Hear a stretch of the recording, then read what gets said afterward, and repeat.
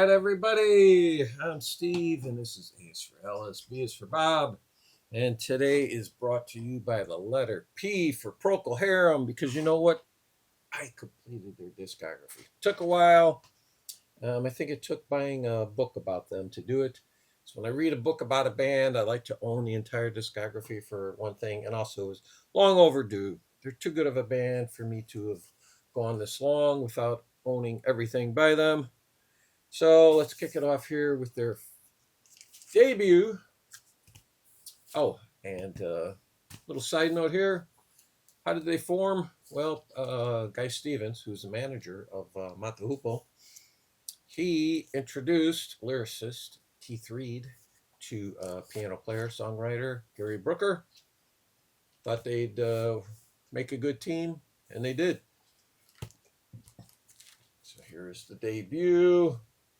And the bonus CD, and I always forget which one is the original album cover. I believe this is one's the UK, one's the US. Whiter Shade of Pale, the big song you know, a song that is defined by the Hammond organ, and also if there's any band whose sound, well, on the first three albums, is defined by the Hammond organ, it is Procol Harum. But Whiter Shade of Pale song came about because Reed and Brooker were at Guy Stevens' house for a party, and Guy Stevens commented to Keith Reed's wife. He said, "You look as though you've turned a whiter shade of pale." Keith Reed put that in his memory bank, wrote a song about it, and the rest is history, as they say. But Whiter Shade of Pale was not on this album. That was a single only. The big song from this was Conquistador, which later on got a second life as a live version in what was that, 73 probably? But still, a very fine debut album. Up next then is from 1968, Shine On Brightly. And there's one album cover version, and then the other alternative cover on a CD. And this album, what's the highlight? Highlight's got to be, what is it? Oh, yes, it's Shine On Brightly. It's title track.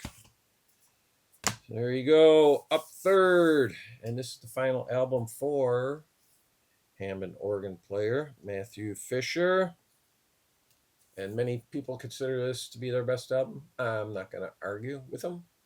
Salty Dog, and yeah, I can say that also here. The title track is probably the best song, and that happens a lot, not just with Procol Harum, but many other bands.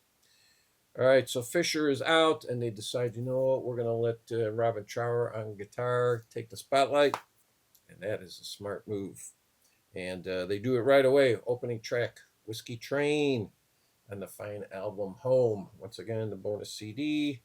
I do not have this on LP. I do need to find it. Trower gets to stretch his wings some.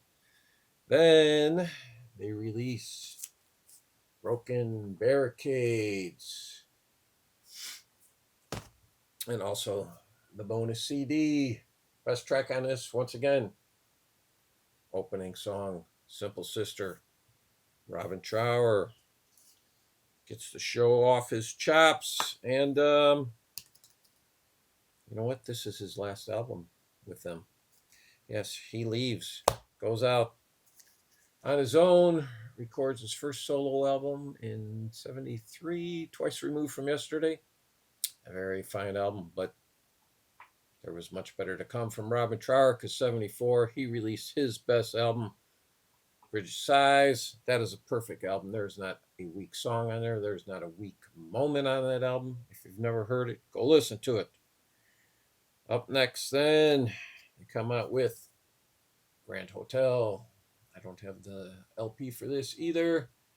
The bonus CD. Robin Trower is replaced by Mick Grabham, not quite sure the pronunciation. but he actually ends up playing on the Rocky Horror Picture Show, along with drummer B.J. Wilson from Procol Harum. This, you know what? Now that they've lost Fisher and Trower, this is a pretty weak album. I do not think it's a great album. Okay, 1974, they come out with Exotic Birds and Fruit. And you know what? Ben Rankins loves this album cover. Yes, he does. Not a bad album, but I mean, it's actually better than Grand Hotel. Then we have in 1975, which I think this is a pretty good album. It's called Procol's Ninth. And why'd they call it that? Well, it's their ninth album, god damn it. I would say I was surprised how good this album is, but I don't know why they did 8 days a week on here. It's not a great version. Are you going to do it better than the Beatles? No, you are not. So, but actually, interesting thing about this is produced by Lieber and Stoller. Those guys in the 50s and early 60s. I mean, early 60s. Because once the British invasion hit, they were done. That was pretty much the end of their career. But these guys just wrote a ton of songs. I mean, they wrote Jailhouse Rock, Stand By Me, Hound Dog, Kansas City. Man, they and I can't even remember all of them, but they were just pounding out hit after hit. They weren't performers, just strictly songwriters. Then we have Something Magic from 1977. Once again, bonus edition. I was actually very pleasantly surprised how good this album is, because everything from here on out I had never heard. I lost track of Procol Harum with the Exotic album in 74. I had never bought any of these last 1, 2, 3, 4, 5 upon their release. There you go, Something Magic. And now they take a 14-year hiatus, and they come back with The Prodigal Stranger, and this is also a bonus track CD. They dedicate this to drummer B.J. Wilson, who had passed, and Robin Trower and Matthew Fisher return. They go on tour, but Trower decides not to join them. He didn't want to take it to that level. He wanted to still go back on tour playing his own music. And now we take another 12-year break. And this is Matthew Fisher's last album with Procol Harum, The Wells on Fire. And once again, for a band that I had completely pretty much abandoned, pleasantly surprised at how good this album was. And then another 14-year break. God, did any band ever do that? Take a 14, 12, and a 14-year break between albums? So 2017, this is the only album that Keith Reid did not write lyrics for. This is their swan song called Novum. And I might say, this might be the worst album of the lot. I'm not sure. I might have to give it a couple more spins. But anyway, that takes care of my Procol Harum collection. Glad to be done with it, and I thank you for tuning in.